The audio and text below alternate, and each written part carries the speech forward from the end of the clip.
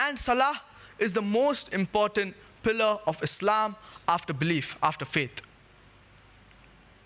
It is mentioned in Surah Dhariyat, chapter number 51, verse number 56. وَمَا خَلَقْتُ الْجِنَّ وَالْإِنسَ إِلَّا لِيَعْبُدُونَ. That I have not created jinn and mankind except to worship me.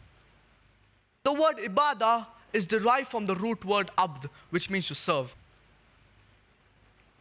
And it is important for every servant to obey his master. Similarly, we are the servants, we are the slaves of Allah subhanahu wa ta'ala. So it is important that we obey the commandments of Allah subhanahu wa ta'ala. We follow the commandments of Allah subhanahu wa ta'ala.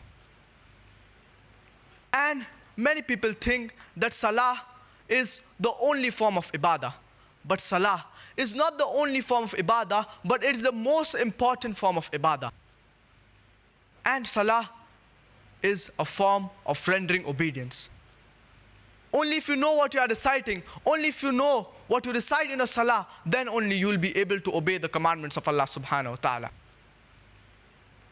Therefore, it is very important that you know what you are reciting. And you should read the translation of what you are reciting. Then only you will be able to obey the commandments of Allah subhanahu wa ta'ala. And there are various dangers. Let's look at the dangers of not offering salah.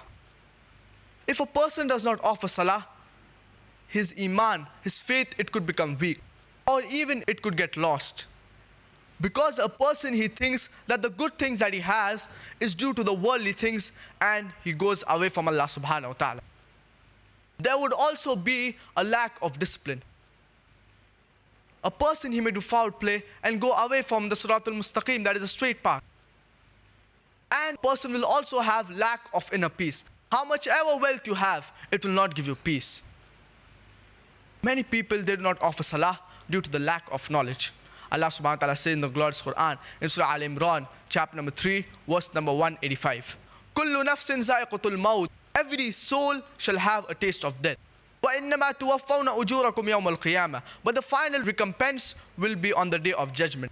For whosoever is safe from the hellfire and has entered the gardens of paradise, he shall have achieved the true objectives.